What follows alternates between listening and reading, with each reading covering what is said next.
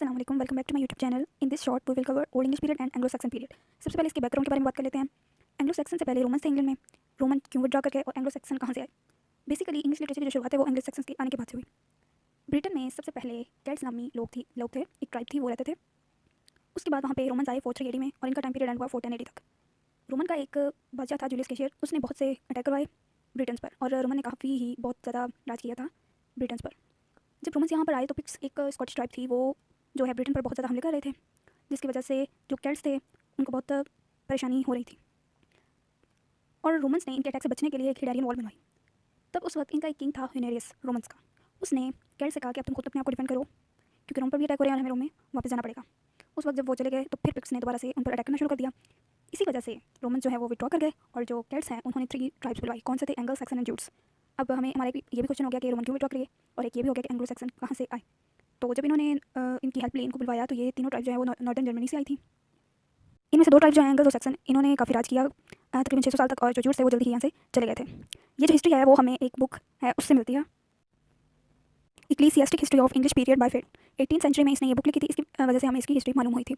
उसके बाद जब जूट्स यहाँ से चले गए तो 2 जो ट्राइब थी वही बच गई थी, एंगल्स एंड सेक्सन्स, तो इस वजह से इनका नाम एंग्लो सैक्सन हो गया। इन्होंने केल्ट्स की मदद करने के बजाय ऐसा उनके साथ लड़ना शुरू हो गए और इन्होंने केल्ट्स को बाहर निकाल दिया और वो फिर आयरलैंड और स्कॉटलैंड इस तरह नाम की जगह पर जाकर बस गए।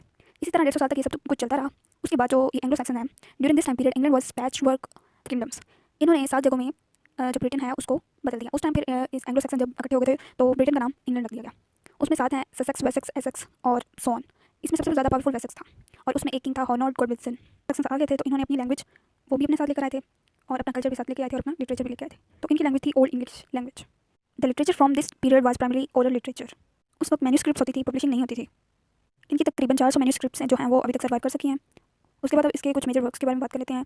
इनका सबसे जो पुराना वर्क है वो है विटसेट। ये विटसेट जो है ये हमें एक ही मैन्यूस्क्रिप्ट से नहीं मिला क्योंकि ओल्ड इंग्लिश है और काफ़ी इसमें चेंजेस आए हैं। इसी वजह से किसी किसी जगहों में इनके 400 जो मैन्यूस्क्रिप्ट्स हैं इनमें से हर किसी एक में से कुछ इसके पार्ट्स मिले हैं विटसेट के। उसके बाद इनका मोस्ट इंपॉर्टेंट जो एपिक इनकी पोएम है वो है बेवुल्फ। वो एक वाहिद बुक है जो इनके एक ही मैन्यूस्क्रिप्ट से फुल हमें कंप्लीट मिल जाती है। नेक्स्ट इनका एक अहम वर्क है डियोर, बहुत इंपॉर्टेंट वर्क है ये भी इस एज का। नेक्स्ट इसके बाद इनकी थीम्स के बारे में बात कर लेते हैं। इनके इंपॉर्टेंट थीम्स हैं heroism, loyalty, religion and the struggle of war. Literature की तो इनका लिटरेचर बहुत ही स्ट्रिक्ट और स्टैटिक था। ओल्ड इंग्लिश लिटरेचर जो है, old English literature laid the foundation for the rich literary tradition that continues to this day in English. The study of all English literature is crucial for understanding the development of the English language. Old English में सबसे ज़्यादा 2 important इनके authors और writers हैं, Caedmon and Cynewulf. I hope आपको समझ आ गई होगी। Thank you for watching.